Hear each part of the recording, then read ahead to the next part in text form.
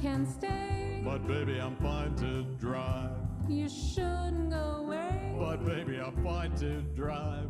You've had too much gin. I'll be home in a bit. And scotch on ice. Welcome back to This is VANCOLOUR. We're days away from Christmas, and you definitely don't want to blow it and wind up on Santa's naughty list. Here to give us her legal advice so you can stay on that nice list, my counterpart on the Soapbox Social panel, which you can find on CBC's On the Coast with Gloria Makarenko, representing Acumen Law. She is Kyla Lee, and this is Kyla's Court.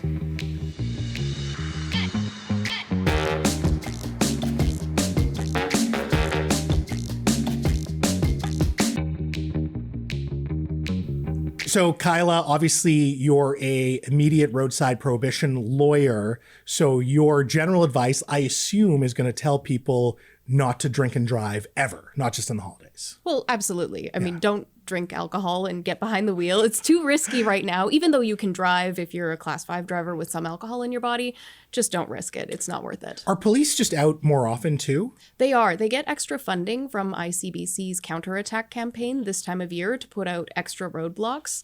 They recently did Light Up the Highway, where they shut down Highway 1. Every exit, they had a roadblock, and they tested thousands of drivers. Wow, that's fascinating. Now, aside from that, where do people get in trouble over the holidays when it comes to the law? What are you looking at? Oh, there's lots of things. I think a big one for me that I see a lot is the fraud that people are committing when they're buying gifts for people who may not necessarily meet the tax exemption, but where the gift might fly under the radar. Oh, but no one actually enforces that, right? Well, it's not actually enforced in that nobody from CRA is going through the list and double checking, but what you don't want is to get caught up in an audit and then have it come up at that point and end up facing consequences for it because they've been scrutinizing you specifically. Right, even though totally no one is looking at it. But moving on from that, is there anything else we should be careful for this holiday season? Be polite and courteous in the parking lots and on your Boxing Day sales and your last minute Christmas Eve shopping. In the parking lots particularly? We see around this time of year so many fights in parking lots. People go to fisticuffs over parking spots.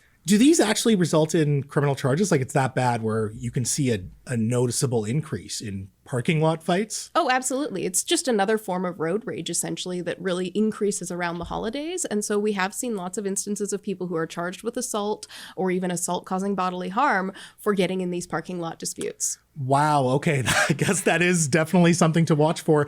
I feel like we should also just be kinder to retail workers. I see a lot of people, and I guess it's not so much a crime, but people just being rude to retail workers.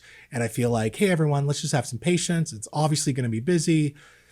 Let's be cool. Yeah, absolutely. Don't take your frustrations out on retail workers. We see a lot of things that come up surrounding, especially people's human rights. You get a lot of people very sensitive when retail workers might say something like Happy Holidays instead of Merry Christmas. And people say, you're violating my human rights by not allowing me to say Merry Christmas. And I thought it was illegal to say Merry Christmas. It's not illegal. Under Governor Trudeau. It's not illegal to say Merry Christmas. It's not a human rights violation to ask people to be respectful of other cultures. You can wish somebody a Merry Christmas and also not violate their human rights, but just be respectful. It's not that hard. Okay, so we're not mandated to say Happy Holidays. I want to be really clear because I feel like this argument occurs every year. It occurs every year, and there's even been things like schools on Vancouver Island that have had parents complain about Christmas concerts that have focused on non-traditional Christmas things like sweets and treats, and they've argued that this is a violation of their children's human rights and things like that. It goes way too far, and it really does a disservice to the real good work that's done in human rights law. Totally. Is there anything around this time that would be a violation of human rights, that is a real violation? Well, giving the retail workers example or the parking lot example, if you were in a dispute with a retail worker or in a parking lot and you started, slinging racial slurs as you're attacking somebody, if you invoke somebody's culture or heritage in a negative way, tell people to go back home if they don't want to say Merry Christmas, all of that would amount to a human rights violation. Very good to know. Very good to clear all of this up. Kyla, thank you so much for your time tonight. Thanks for having me. Absolutely. Folks, thank you so much for watching, and thank you to Jeremy Baker, Karis Hogg, Sonia Ong, and cool Kyla Lee for tonight's VANCOLOUR Christmas special. From all of us here at This Is VANCOLOUR, including Derek Wong and Nina Savage, and of course, me, have yourself a very Merry Christmas and Happy Holidays. And yes, you're allowed to say Merry Christmas. Thank you so much for an incredible 2024. Also, if you can, please donate to your local food bank, www.foodbanksbc.com. We're off for 2 weeks, but we're back January 9th. If you'll miss me, because I'll miss you, shoot me an email, mo@thisisvancolour.com. Also, please follow me on all the socials, including Blue Sky, @VANCOLOUR. We will see you in the new year, folks. Be colorful. Peace.